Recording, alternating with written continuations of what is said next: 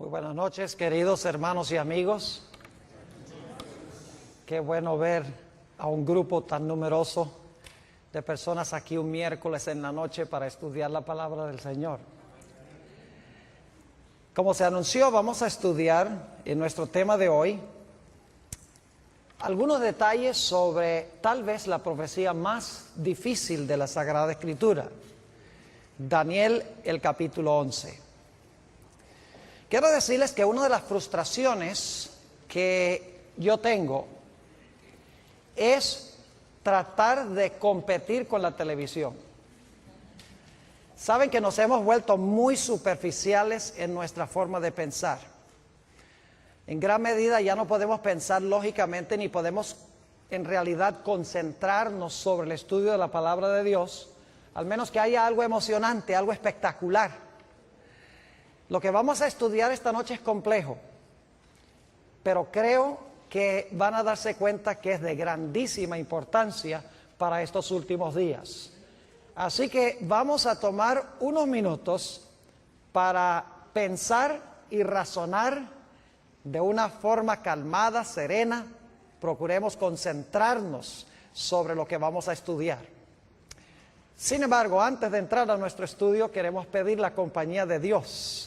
Así que les invito a que junto conmigo inclinen sus rostros y vamos a orar. Padre Celestial, te damos gracias una vez más por el privilegio de encontrarnos en este lugar. Padre, necesitamos para comprender esta profecía sabiduría divina, pues la sabiduría humana no puede alcanzar a abarcar las grandes cosas de tu santa palabra. Así que pedimos que te manifiestes en este lugar por medio del ministerio de tu Espíritu Santo. Te damos gracias, Padre, por escuchar y responder nuestra oración, porque te lo pedimos en el nombre de Jesús. Amén. Al examinar los escritos del espíritu de profecía, es decir, los escritos de Ellen White, encontramos que ella solamente tiene 3 referencias al capítulo 11 de Daniel.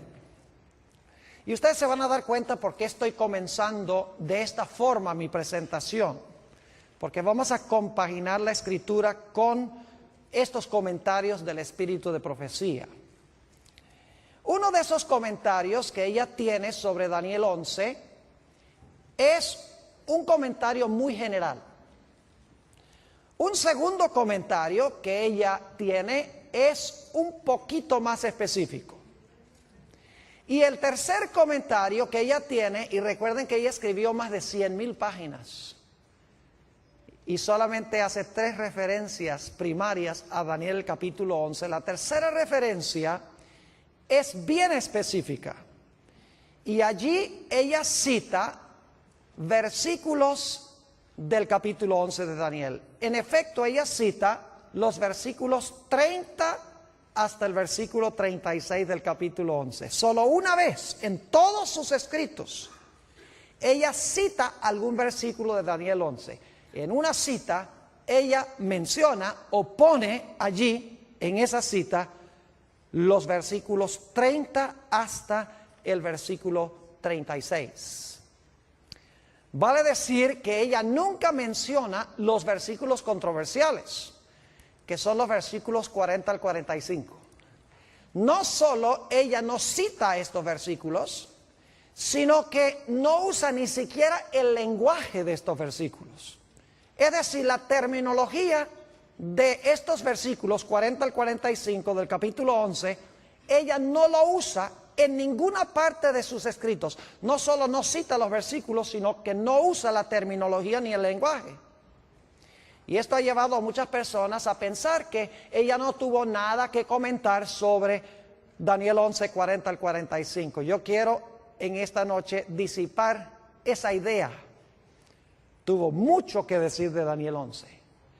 Aunque los versículos 40 al 45 nunca los cita, nunca usa la terminología del lenguaje, tiene mucho que decir en cuanto a estos versículos. Ahora, quisiera para comenzar leer estas 3 citas que encontramos en los escritos de esta comentarista bíblica. La primera cita se encuentra en Testimonios para los Ministros, un libro que ella escribió a los pastores, página 112. Y aquí, como menciono, es una referencia bien indirecta. Dice allí, la luz que Daniel recibió de Dios fue dada especialmente para estos postreros días. Las visiones que recibió en las riberas del Ulai, ese es Daniel 8, recibió Daniel 8 al lado del río Ulai, y el Hiddekel, la visión de Daniel 11 la recibió al lado del Hiddekel. Los grandes ríos de Sinar están ahora en el proceso de cumplirse y pronto todos los eventos predichos se habrán cumplido. Ahora fíjense que ni siquiera menciona Daniel 11, sencillamente menciona que las visiones que recibió al lado del Ulai, que es Daniel 8, y la visión que recibió al lado del Hiddekel, que es Daniel 11, están en el proceso de cumplirse. Y pronto todos los eventos que se mencionan allí se habrán terminado de cumplir. Ahora, la segunda cita es un poquito más específica. Se encuentra en un tomo que se llama Testimonios para la Iglesia, tomo 9, la página 14. Busqué esta cita en español y no la pude conseguir, así que la traduje. En el libro Testimonies for the Church, tomo 9, página 14, dice ella esto. El mundo está agitado con el espíritu de guerra. La profecía del capítulo 11 de Daniel casi se ha cumplido por completo. Entonces, ¿en qué parte de Daniel 11 estaríamos nosotros hoy? Si la profecía de Daniel 11 casi se ha cumplido por completo, significa que la mayor parte del capítulo se ha cumplido y estamos ¿a dónde? Estamos en los últimos versículos de Daniel 11. Sigue diciendo, pronto las escenas de angustia que se describen en las profecías ocurrirán. Ahora, en esta cita menciona específicamente Daniel 11. Dice que está, en la primera cita dice que Daniel 11 está en el proceso de cumplirse. Aquí un poco más específico, porque dice que la mayor parte de Daniel 11 ya se ha cumplido. Es decir, estamos en las escenas finales de Daniel, el capítulo 11. Ahora, la tercera cita es bien específica. Es la única cita, como les mencioné, a donde ella cita versículos de Daniel 11. Ella cita los versículos 30 al 36. Y quiero leer esa cita. Se encuentra, lamentablemente, está en una fuente que no se encuentra en español, no se encuentra traducido, pero yo traduje esta cita. Se encuentra en un tomo que se llama Manuscript Releases, tomo 13, en la página 394. Son materiales de la hermana White que no se habían publicado antes. Se sacaron más o menos unos 20 tomos con todo ese material que antes no había sido publicado. Por eso se llama Manuscript Releases, tomo 13, página 394. Fíjense lo que dice. No hay tiempo que perder. Nos esperan tiempos angustiosos. El mundo está agitado con el espíritu de guerra. Pronto ocurrirán las escenas de angustia que se describen en las profecías. La profecía del capítulo 11 de Daniel casi se ha cumplido por completo. Hasta ahí es parecido a la cita del tomo 9 de los Testimonios. Pero ahora sigue diciendo, mucha de la historia que ha ocurrido en cumplimiento de esta profecía se repetirá. Pregunta, ¿hay una porción de Daniel 11 que se cumplió ya? Sí. Dice, una vez más, mucha de la historia que ha ocurrido en cumplimiento de esta profecía, no dice que la profecía se va a volver a repetir, dice mucha de la historia que cumplió la profecía se va a repetir. Y luego note lo que sigue diciendo en el versículo, esta cita. Después de decir mucha de la historia que ha ocurrido en cumplimiento de esta profecía se repetirá, ella dice esto: En el versículo 30, ahora va a decir cuál parte se va a repetir de nuevo, cuál parte de la historia de Daniel 11 se va a repetir de nuevo. Dice, en el versículo 30, se habla de un poder que se enojará contra el pacto santo y hará según su voluntad. Volverá pues y se entenderá con los que abandonen el santo pacto. Y luego, no voy a citar los versículos, luego ella continúa citando los versículos 31 al 36. Es decir, el que leía el versículo 30 y luego ella cita versículo 31 al 36 y entonces dice esto. Escenas semejantes a las que se describen en estas palabras ocurrirán. Yo pregunto entonces, ¿qué porción de Daniel 11, según esta autora, se va a repetir de nuevo? ¿O qué eventos históricos, en cuáles versículos se van a volver a repetir? Son los eventos que se describen ¿dónde? En los versículos 30 hasta el versículo ¿qué? Hasta el versículo 36. Y quiero recalcar nuevamente que ella no dice que la profecía se va a cumplir dos veces. Dice que mucha de la historia que se realizó en cumplimiento de esta profecía se va a repetir. No es la profecía, es la historia que cumplió la profecía la que se va a volver a repetir. Es decir, las escenas que describen los versículos 30 al 36 van a ocurrir de nuevo en la historia. Ahora, para entender lo que ella está tratando de decir, necesitamos regresar un momento para repasar la secuencia de reinos que encontramos en Daniel 7 y Daniel 8. Y esto lo voy a hacer rápido, no voy a buscar los versículos, porque la mayoría de los que estamos aquí hemos estudiado estas profecías. En Daniel 7 tenemos un león. ¿Qué representa el león? Babilonia. Luego tenemos un oso. ¿Qué representa el oso? Medo-Persia. Luego tenemos un leopardo. ¿Qué representa el leopardo? Grecia. Luego tenemos un dragón o una bestia terrible que representa ¿qué reino? Roma. Y luego a ese dragón le salen 10 cuernos. ¿Qué representan los 10 cuernos? Representan los 10 reinos en los cuales se dividió el imperio romano. Y luego entonces sale un cuerno ¿qué? Un cuerno pequeño que gobierna ¿por cuánto tiempo? Por 1260 años. Ahora, ¿qué representan los 10 reinos? O los 10 cuernos, 10 reinos de Roma. ¿Y qué representa el cuerno pequeño? El cuerno pequeño representa la iglesia romana desde el tiempo cuando cayó el imperio romano y se fragmentó en 10 reinos y 1260 años más adelante, en 1798, cuando recibió una herida mortal. Es decir, tenemos cierta secuencia de reinos: Babilonia, Medo-Persia, Grecia, Roma pagana, Roma papal. Esa es la secuencia de reinos. Ahora necesito ir a Daniel 8, porque Daniel 8 sigue la misma secuencia, pero hay una excepción. En Daniel 8 no empieza con Babilonia, sino que empieza con ¿cuál reino? Empieza con Medo-Persia. ¿Recuerdan un carnero? ¿Cuántos cuernos tiene el carnero? 2.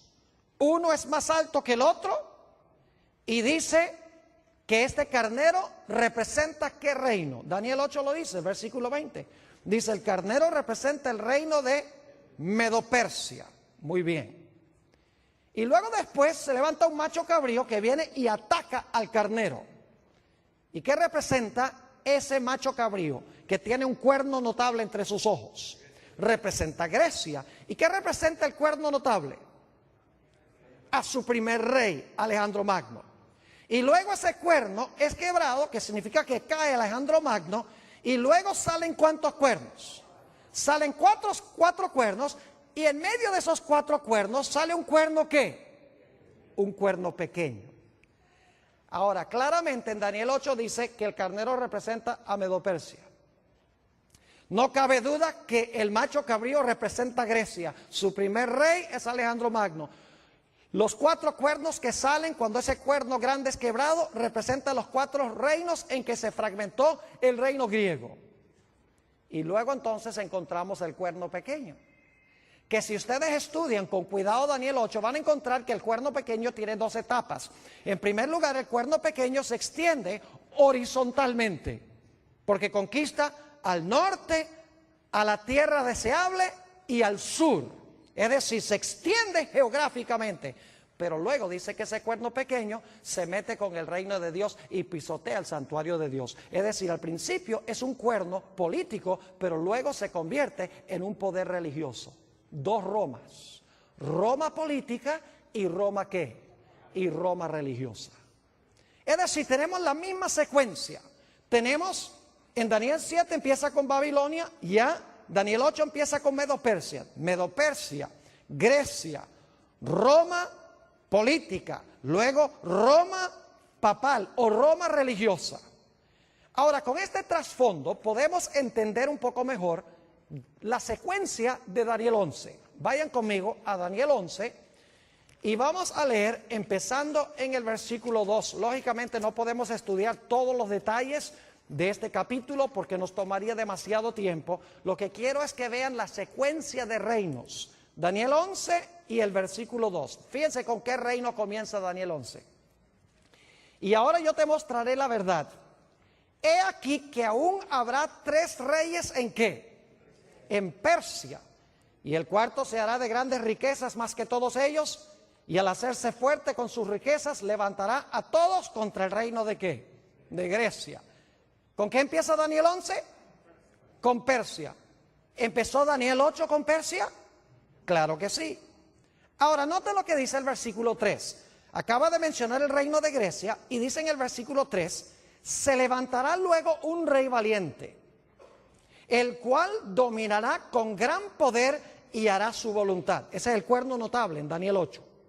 Pero cuando se haya levantado, su reino será ¿qué? ¿Qué pasó con el cuerno en Daniel 8? Fue quebrado. ¿Y repartido hacia qué cosa? Los 4 vientos. ¿Cuántos cuernos salieron en Daniel 8 después que el cuerno notable fue quebrado? 4, exactamente. Dice, no a sus descendientes, ni según el dominio con que él dominó, porque su reino será arrancado y será para otros fuera de ellos. Es decir, su reino no fue a ninguno que descendió de él. Históricamente eso es cierto. Así que en Daniel 11 empezamos en primero con Persia, luego continuamos con ¿quién?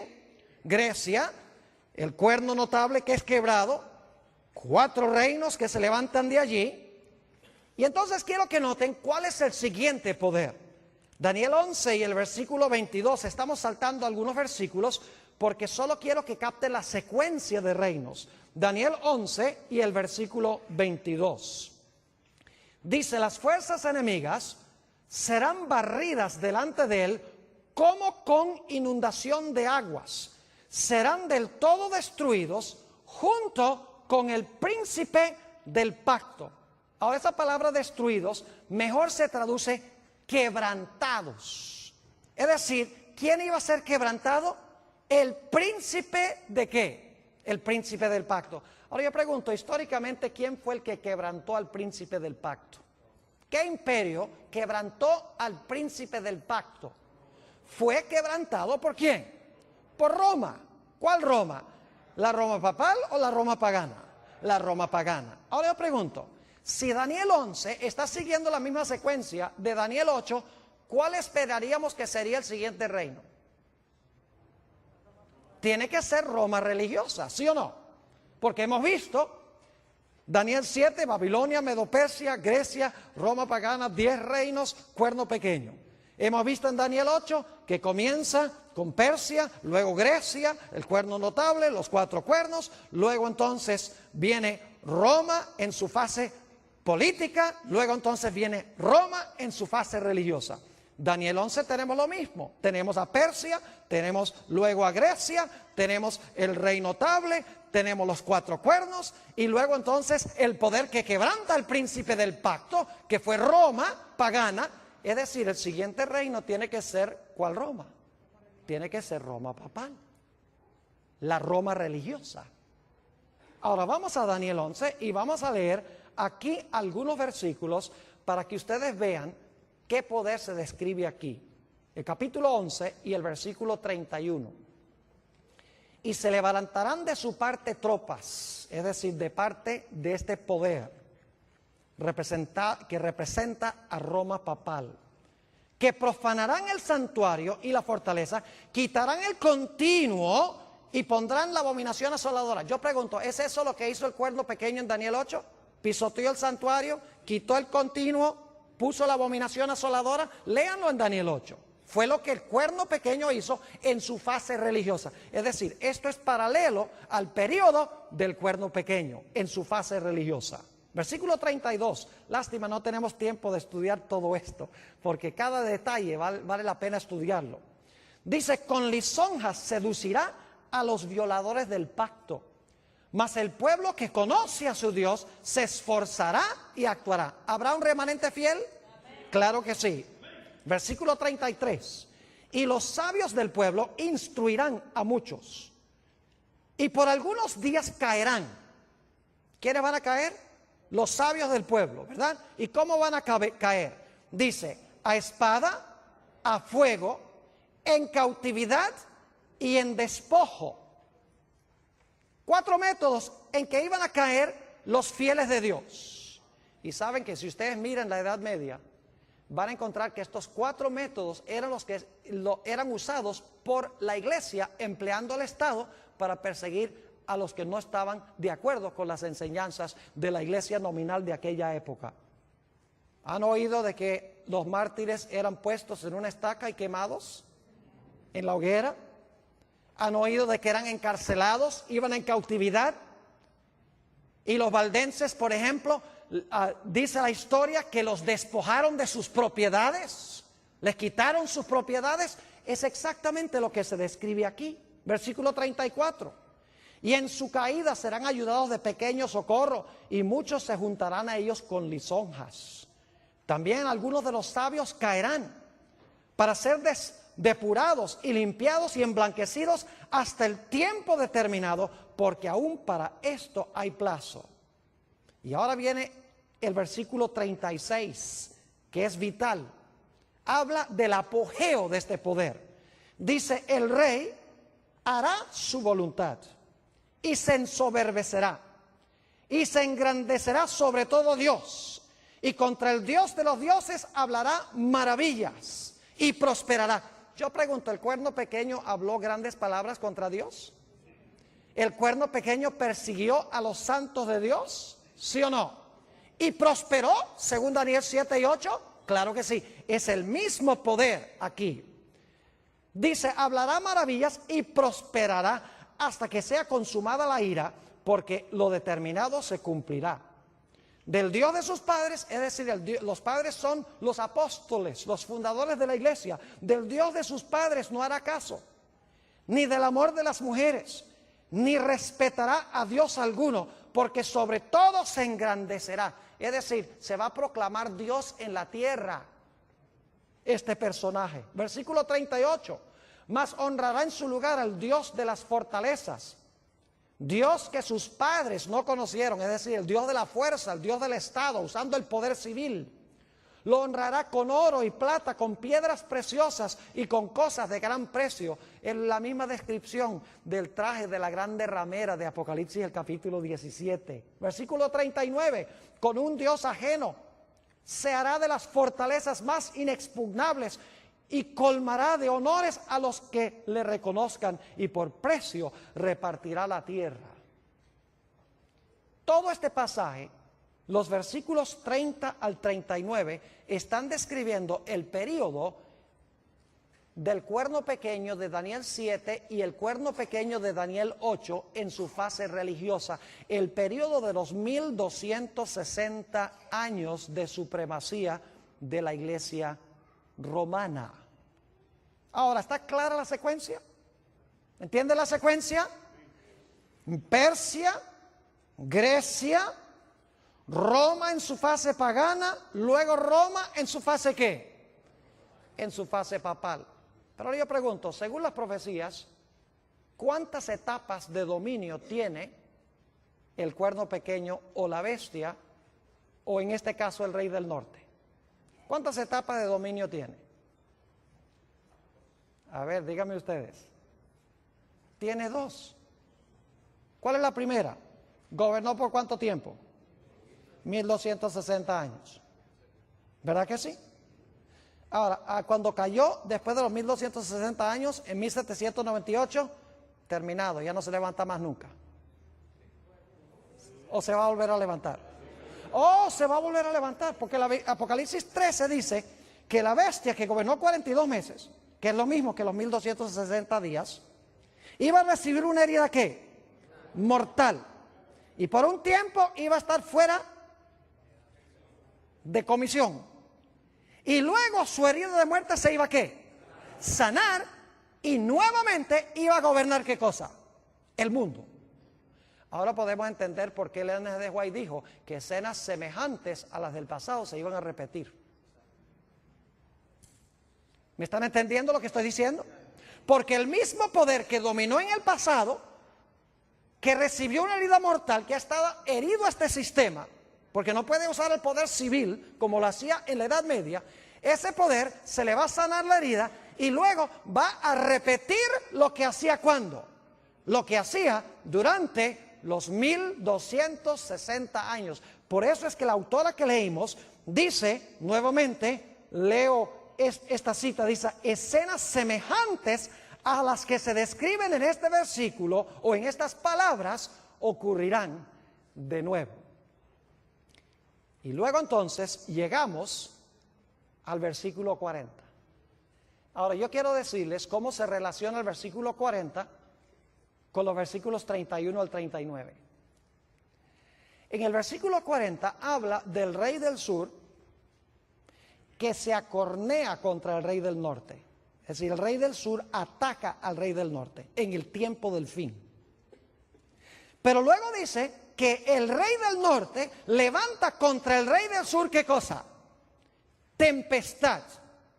Y se lanza contra él. Y si siguen leyendo hasta el versículo 45, se van a dar cuenta que el rey del norte, que dominó durante los 1260 años, versículo 31 al 39, y que recibió una herida mortal por parte del rey del sur en 1798, cuando el rey del sur se acorneó contra él, ese poder dice que va a conquistar al rey del sur y nuevamente va a llegar a tener un dominio mundial, un dominio global.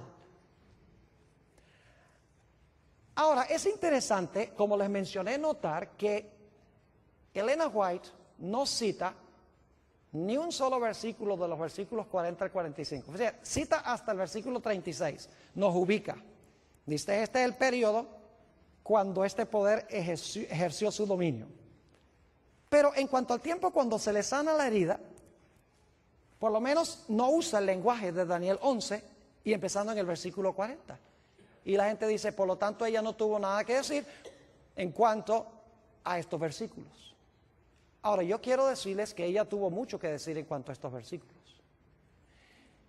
Y se lo voy a demostrar, pero la forma en que lo vamos a hacer es, en vez de estudiar desde el versículo 40 hasta el versículo 45, lo que vamos a hacer es empezar en Daniel 12 y el versículo 2 y trabajar hacia atrás. En vez de ir hacia adelante del 40 a Daniel 12.2, vamos a empezar en Daniel 12.2 y vamos a trabajar deductivamente, vamos a regresar hacia el versículo 40. ¿Entiende lo que vamos a hacer? Ahora, ustedes dicen, ¿por qué va a hacer esto, Pastor Bor? Le voy a explicar. Porque Ellen G. White, aunque no cita los versículos 40 al 45, varias veces cita Daniel 12 y el versículo 1. Es decir, ella varias veces menciona Daniel 12.1. Y ustedes dicen, ¿por qué es importante eso? Noten cómo comienza Daniel 12 y el versículo 1. Dice, en aquel tiempo se levantará Miguel. La pregunta es, ¿en cuál tiempo se levantará Miguel? ¿A dónde buscaríamos el tiempo que se menciona aquí en el versículo 1? En aquel tiempo se levantará Miguel. Eso nos manda a regresar ¿a dónde? Al capítulo 11. En aquel tiempo se levantará Miguel. Así que si podemos saber a dónde Elena G. de White cita, porque cita también Daniel 12:2, si podemos saber dónde ella cita Daniel 12:2 y Daniel 12:1, entonces lo que viene antes de la cita de Daniel 12:1 debe ser el comentario sobre los versículos 40 al 45. ¿Me están siguiendo o no me están siguiendo? Ahora vamos a mirarlo. Tengo en mi mano este librito que se llama El conflicto de los siglos. Está bien usado. Y a propósito traje un ejemplar bien feo para que lo pongan en cámara, porque así debe estar el conflicto de los siglos de ustedes. No debe estar en papel celofán. Debe estar bien usado. Ahora, lo que yo quiero compartir con ustedes es extraordinario, porque va a mostrarles que Elena G. de White tenía más que sabiduría humana. Es increíble cómo ella compagina perfectamente con la profecía de Daniel 11 sin usar el lenguaje. Yo creo que ella misma tal vez ni sabía lo que estaba haciendo. Ahora escuchen bien, les voy a dar las páginas. En la página 695, y no voy a leer todas las citas, pero en la página 695 del conflicto de los siglos, ella cita Daniel 12 y el versículo 2. Ahora, ¿qué es lo que dice Daniel 12 y el versículo 2? Dice: y muchos de los que duermen en el polvo de la tierra serán despertados, unos para vida eterna y otros para vergüenza y confusión perpetua. En la página 695 del conflicto de los siglos, ella cita ese versículo. Ahora queremos trabajar un poquito más hacia atrás. ¿Saben ustedes cómo se llama el capítulo a donde ella cita ese versículo de Daniel 12 y el versículo 2? El título de ese capítulo es La liberación del pueblo de Dios. ¿Por qué es importante? Dicen ustedes. Vamos a Daniel, el capítulo 12, y fíjense algo interesante. Dice: en aquel tiempo se levantará Miguel. Lo primero que quiero que noten: en aquel tiempo se levantará Miguel, el gran príncipe que está de parte de los hijos de tu pueblo. Se va a levantar Miguel, el que está a favor de su pueblo. Segundo, ¿y será tiempo de qué? De angustia, cual nunca fue desde que hubo gente hasta entonces. Número 2. Número 3, pero en aquel tiempo de angustia, tu pueblo será ¿qué? Libertado. Todos los que se hallaran escritos en el libro. Y luego número 4, dice: muchos de los que duermen en el polvo de la tierra serán despertados. 4 cosas. Se levanta Miguel, viene un tiempo de angustia, es libertado el pueblo de Dios. ¿Y qué? Y viene la resurrección especial. Ahora estamos trabajando no hacia adelante, sino hacia atrás. Vimos en la 695 que cita Daniel 12:2. Ahora, el título de ese capítulo, que comienza en la página 693, es La liberación del pueblo de Dios. ¿Por qué es importante eso? Porque es la última frase del versículo 1 del capítulo 12. En aquel tiempo será ¿qué? En aquel tiempo será libertado tu pueblo, todos los que se hallaren escritos en el libro. ¿Ven lo que estamos haciendo? Daniel 12:2. Luego la última parte de Daniel 12:1 está en la página 693. El título: La liberación del pueblo de Dios. Ahora, ¿qué viene inmediatamente antes de la última parte del versículo 1 de Daniel 12? Dice: ¿habrá tiempo de qué? Tiempo de angustia. Y antes del tiempo de angustia, ¿qué dice? ¿Se levantará qué? Se levantará Miguel. Así que vamos a trabajar un poquito más hacia atrás del capítulo La liberación del pueblo de Dios. Si vamos al capítulo anterior, a la liberación del pueblo de Dios, a que no adivinan cómo se titula ese capítulo. ¿Y eso por qué? El tiempo de angustia. ¿Y saben con qué versículo comienza Elena G. de White el capítulo sobre el tiempo de angustia? Con Daniel 12 y el versículo 1. ¿Ven lo que estamos haciendo? ¿Sí entienden? Yo les dije que teníamos que pensar esta noche. Tenemos que usar lógica, tenemos que mirar la estructura. Página 695, Daniel 12:2. Página 693, el pueblo de Dios es libertado. En la página, escuchen bien, en la página 671, yendo hacia atrás, está el capítulo que se titula El tiempo de angustia. Y el capítulo comienza diciendo, en aquel tiempo se levantará Miguel, el gran príncipe que está por los hijos de tu pueblo, y será tiempo de angustia cual no hubo desde que existió nación. ¿Qué está pasando con Elena G. de White? ¿Tiene algo que decir sobre Daniel 12:2? Oh, sí. ¿Tiene algo que decir sobre Daniel 12:1? Lógico que sí. Ahora yo les pregunto, ¿a dónde esperarían ustedes conseguir los comentarios de Elena G. de White sobre Daniel 11 y el versículo 40 al 45? A ver, díganme ustedes, ¿a dónde esperarían encontrar los comentarios de ella sobre los capítulos anteriores o los versículos anteriores? ¿Tiene que ser antes de qué página? Tiene que ser antes de la página ¿qué? 671. ¿Sí están viendo lo que estamos haciendo o no? Como ella no tiene nada, no usa el lenguaje, ni cita los versículos 40 al 45, entonces nosotros tenemos que empezar con el versículo que sí cita. 12:2. Y luego la última parte del 12:1. Y luego la primera parte del 12:1. 695, 693, 671. Y esperaríamos que los comentarios de ella sobre el capítulo 11 estén en los capítulos anteriores al capítulo sobre el tiempo de angustia. Ahora quiero que vayamos a Daniel 11, no vamos a estudiar todo yendo hacia atrás, porque yo les digo que si hiciéramos esto, terminaríamos en el conflicto de los siglos, en el capítulo que se titula La Biblia y la Revolución Francesa. Pero claro, no podemos estudiar todos esos capítulos. Nada más quiero lanzarles la idea de cómo estudiar esta profecía. Ahora, noten lo que dice Daniel 11 y el versículo 44. Cuando el rey del norte está en su apogeo, cuando se le ha sanado la herida a la iglesia romana y está dominando el mundo, según la Biblia, dice que algo va a pasar. Versículo 44. Pero noticias del oriente y del norte lo atemorizarán. Otras versiones dicen que nuevas del oriente y del norte lo espantarán. ¿Y qué va a ser como resultado de esas nuevas que vienen del norte y del oriente? Dice, ¿y qué?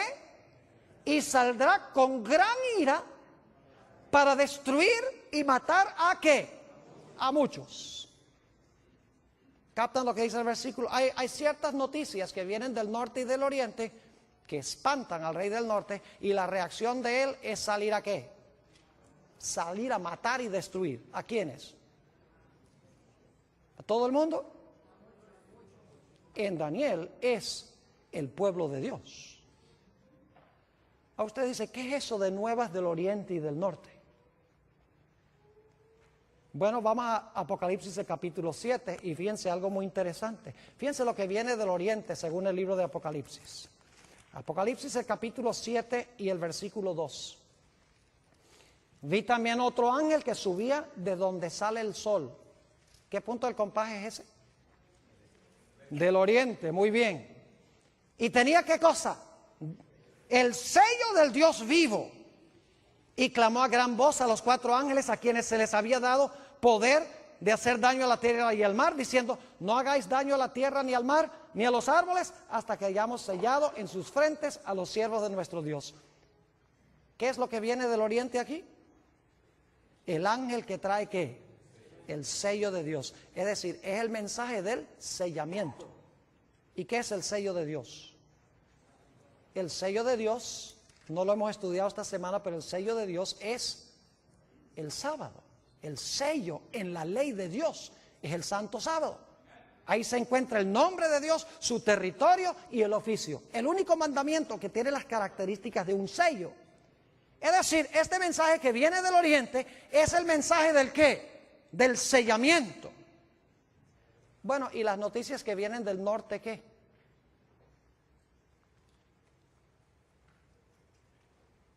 Ahora, nosotros generalmente pensamos en los puntos del compás. ¿Dónde queda el norte aquí? Que estoy un poquito desubicado. ¿Hacia allá? Ok, nosotros generalmente pensamos norte hacia adelante, sur hacia atrás, oriente a la derecha y occidente a la izquierda. Pero técnicamente hablando, el norte es arriba y el sur es abajo. El oriente es la mano derecha y el occidente es la mano izquierda. Yo pregunto, ¿a dónde tiene Dios su trono? En el cielo. Pero específicamente, ¿en qué punto del compás según la Biblia? Cuando Lucifer quiso ocupar el trono de Dios, dice que quiso ocupar el trono de Dios a los lados ¿de qué? A los lados del norte. ¿Y Dios vive dónde? Ya hemos visto, vive en el cielo. Ahora noten Apocalipsis el capítulo 18. Apocalipsis el capítulo 18 va a hablar de la caída de este sistema religioso apóstata. Dice en Apocalipsis 18 y el versículo 1: después de esto vi a otro ángel descender ¿de dónde? ¿Qué dirección del compás es eso? Del norte, muy bien. Después de esto vi a otro ángel descender del cielo con gran poder, y la tierra fue alumbrada con su gloria. Pregunto, ¿son nuevas que vienen del norte, sí o no? ¿Sí? ¿El sello viene del oriente? Claro que sí. Y clamó con voz potente diciendo: ha caído la gran Babilonia, que dicho sea de paso, el mismo rey del norte de Daniel, el capítulo 11. Y se ha hecho habitación de demonios y guarida de todo espíritu inmundo y albergue de toda ave inmunda y aborrecible. Es decir, este sistema religioso ha caído porque impone la marca de la bestia, mientras que Dios, ¿qué es lo que da? Su sello.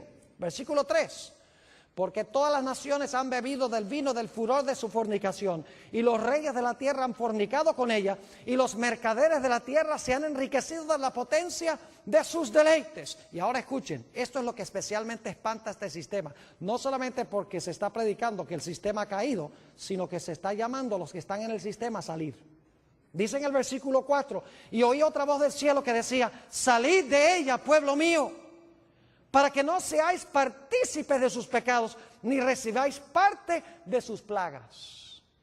Yo pregunto entonces, ¿cuáles son las nuevas que vienen del oriente y del norte que espantan a este rey del norte humano que quiere usurpar el lugar de Dios? Es el mensaje de ¿qué? Del sellamiento, y el mensaje de que Babilonia ha caído, y la invitación de que los fieles de Dios salgan de ese sistema apóstata. Ahora, volviendo otra vez al espíritu de profecía, a que no adivinan cómo se llama el capítulo antes del capítulo que dice tiempo de angustia.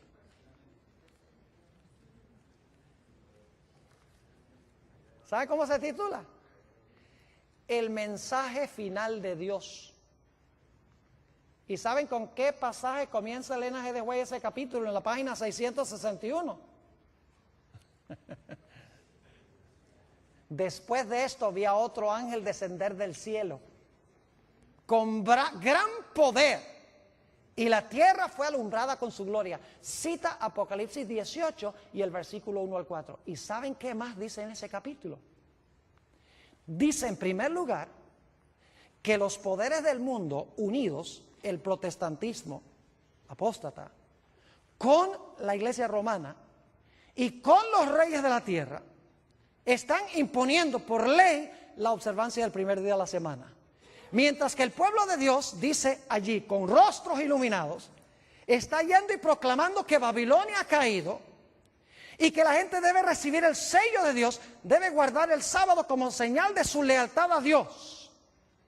Y dice ella allí que como resultado del mensaje que proclama el pueblo de Dios, para usar una buena expresión puertorriqueña, los poderes religiosos del mundo se van a enfogonar contra el pueblo de Dios.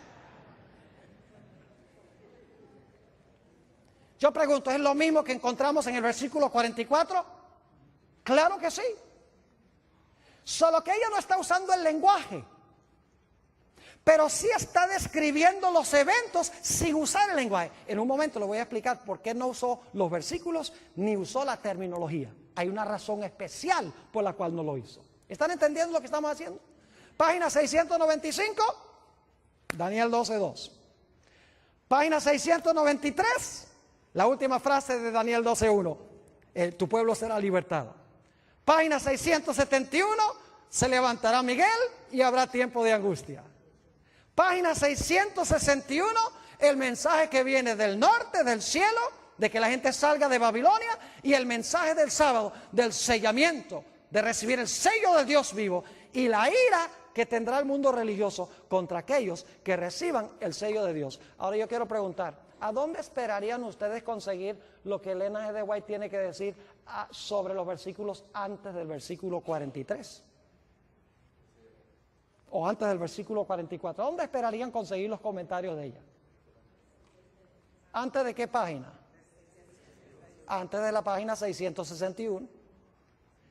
Y si tuviese tiempo, que no lo tengo, iríamos hacia atrás en el conflicto de los siglos y veríamos que Elena G. de White, en su orden cronológico exacto, describe los eventos que se encuentran en los versículos 40, 41, 42 y 43. La única razón por la cual nosotros nos hemos movido de adelante hacia atrás es porque no podemos empezar en el versículo 40 porque Elena G. de White no tiene referencia a ese versículo. Ni el 41, ni el 42, ni el 43, ni el 44, ni el 45. Pero sí tiene Daniel 12:1. Entonces uno, si cita Daniel 12:1 y dice, en aquel tiempo se levantará Miguel. Entonces, aquel tiempo son los versículos anteriores y trabajamos hacia atrás. Y descubrimos que ella está siguiendo el mismo orden que encontramos en Daniel capítulo 11 sin emplear la terminología. Así que si ustedes quieren saber lo que significa la profecía de Daniel 11, lo único que tienen que hacer es empezar leyendo el conflicto de los siglos en el capítulo que se titula La Biblia y la Revolución Francesa, que es cuando el rey del sur, Francia, el ateísmo, se levantó contra Roma papal, llevó cautivo al papa y le quitó su poder civil, del cual no se ha recuperado todavía. Y luego siguen leyendo los capítulos y van a encontrar cómo ella describe que poco a poco este poder va a recuperar otra vez su trono. Y se va a unir con los protestantes, que es la tierra gloriosa que se menciona en Daniel 11, 42 y 43. Ojalá tuviera tiempo de hablar de la tierra gloriosa, que representa el protestantismo, especialmente como se encuentra en los Estados Unidos. Y dice que se van a unir con los poderes civiles del mundo, como pasó durante la Edad Media. Y su herida mortal se va a sanar y nuevamente va a recuperar el poderío en el trono del mundo. Yo pregunto, ¿cuadra eso con el panorama que presentan las profecías? Recibió una herida mortal en el tiempo del fin. Por un tiempo estuvo inactiva, pero luego su herida de muerte, que fue ¿qué? Sanada, y se maravilló los Estados Unidos en pos de la bestia. No, Estados Unidos también, pero en realidad se maravilló toda la tierra en pos de la bestia. Ahora alguno dirá, pero Pastor Bor, ¿por qué es que Elena G. de White, si tiene esta interpretación, por qué razón es que ella nunca cita los versículos? ¿Por qué ni siquiera usa la terminología? Es que ni las palabras las usa. ¿Por qué es que ella describe los eventos sin usar las palabras simbólicas? Le voy a explicar. Porque en nuestra iglesia, alrededor del tiempo de los 1870, el editor de la revista adventista del Review and Herald era Uriah Smith. Y Uriah Smith, en esa década de los 70, cambió la interpretación de la iglesia adventista del Rey del Norte. Empezó a enseñar de que el Rey del Norte no era Roma religiosa, sino que era Turquía, que no cuadra con Daniel 11. Y el esposo de Elena G. de White, Jaime White, él decía, no es Turquía, es Roma religiosa, siguiendo la secuencia de los reinos en todos los capítulos. Queda claro de que el Rey del Norte es el mismo cuerno pequeño, es Roma papal. Y Jaime White y Uriah Smith se pusieron a pelear y estaban dividiendo la iglesia. Ahora, la hermana White sabía que esa profecía no era verdad presente para esa época, porque estaba lejos de los eventos que estamos viendo cumplirse en el mundo hoy. Esta profecía sí es verdad presente para ahora, pero en esa época no.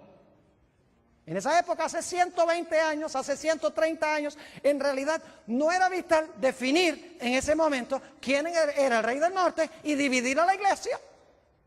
Así que Elena G. de White dijo, voy a ser sabia. En vez de tomar la parte de mi esposo y que todo el mundo diga, claro, es el esposo. Porque ella sabía que el esposo tenía razón. Ella dice, lo que voy a hacer es describir lo que dicen esos versículos sin usar la terminología. Y algún día alguien inteligente va a descubrir lo que hice.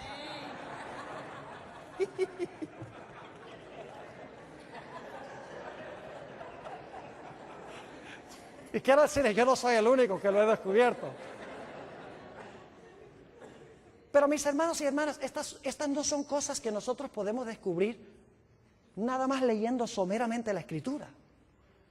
Por eso les digo, la televisión ha arruinado en gran medida nuestra capacidad de pensar, nuestra capacidad de razonar, de pensar estructuralmente.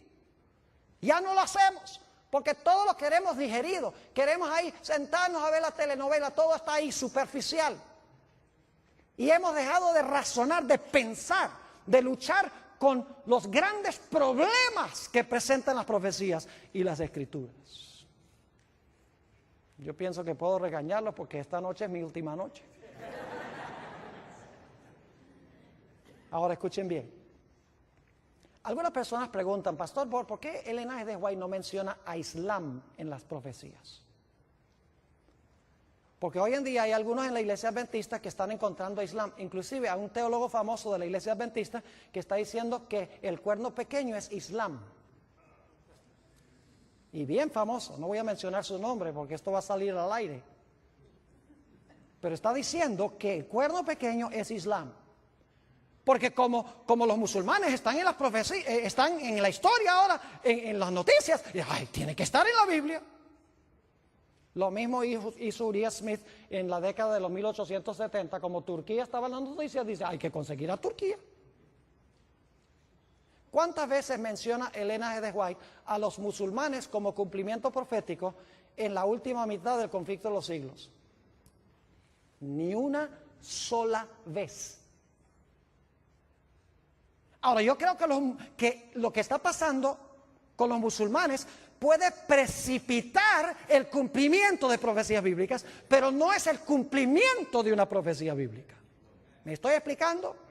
Es decir, puede ser funcional en llevar a cumplir profecías bíblicas, pero no es el cumplimiento de una profecía bíblica.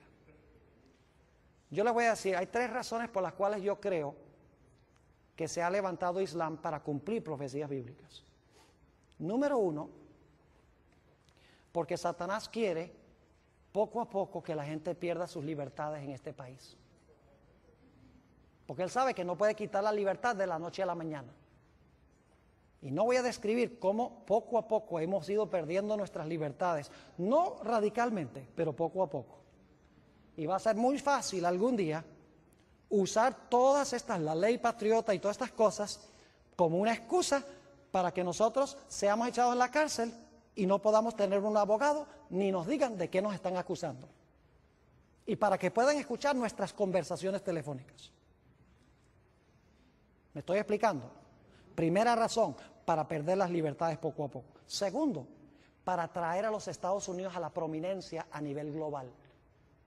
Porque eso es lo que Apocalipsis 13 dice que tiene que pasar. Los Estados Unidos tiene que, como decimos en inglés, flex its muscles.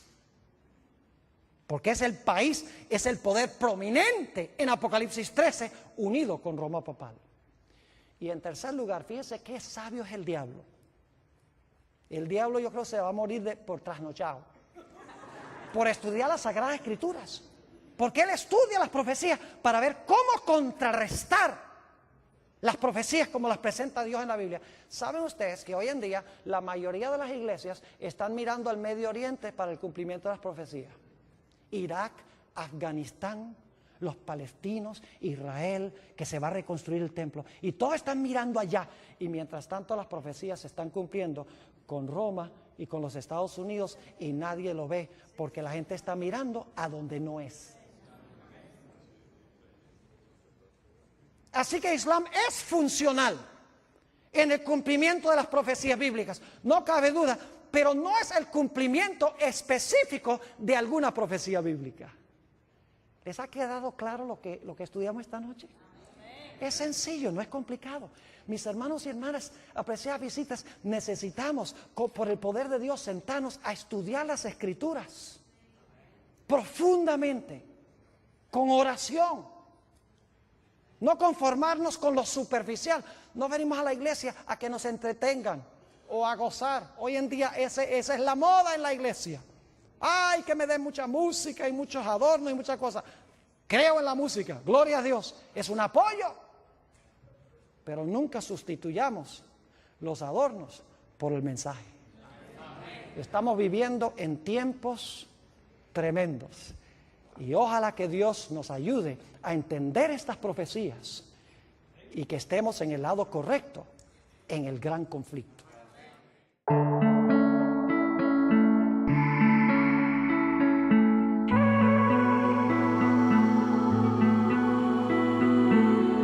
Nếu biết trước rung động là khi anh mất em, thì sao đôi tay không nắm em lại thật lâu. Nếu biết trước khoảng cách dài ngang đối phương, thì mây đã có nhớ mưa khi đêm về quanh. Ta như mát mùa thu vội đi xa, để lại bên kia cứ trông ngóng ta mãi nhớ mỗi khi đêm về. Gió như xé nát bờ vai ai, chẳng kịp thốt nên lời một lần thôi vì mãi ta rời xa. Để những nỗi buồn cứ vẫn bị ai yêu ôi, để những tháng ngày nhai bức tranh xưa gửi vào cát bụi một kiếp đau thương, lắng động khi ôm ta theo cùng mây xa ngàn phương.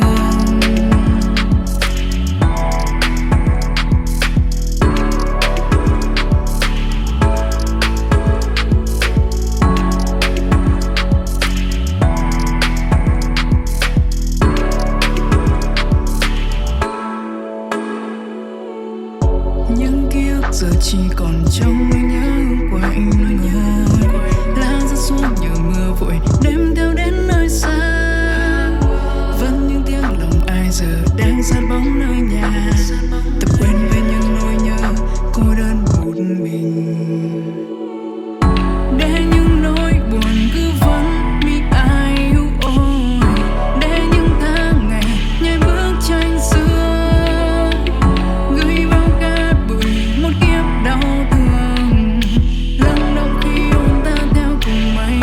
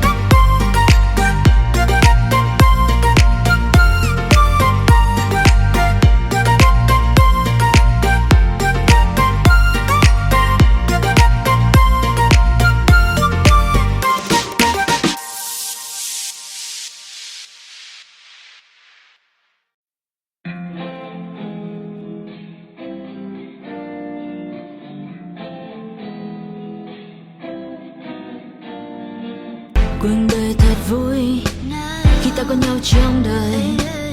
Một ngày cứ thế trôi qua và ta nhận lại bao nhiêu tiếng cười. Mình chỉ nhau đi quanh phố phường. Anh là người khiến con tim em mất thương. Chỉ cần ngày và nắng lên đèn Facebook được sáng tên là cuộc đời của ta cứ trôi như êm đềm. Chỉ cần ngày và nắng lên đèn Facebook được sáng tên là cuộc đời của ta sống trong mini game. Mình nhảy múa trong phòng toàn hơi men, cùng đắm say trong điệu nhạc cũ mềm. Mình cùng đưa nhau sang Paris để ngày trái tim ta thân thì làm những điều mà ta muốn. Khi nhạc chìm thì ta xuống uống cạn ly chai đến nơi đây vẫn còn suy. Đừng mơ đến được vì như hồng màu bất chế độ yêu anh như tình yêu màu hồng.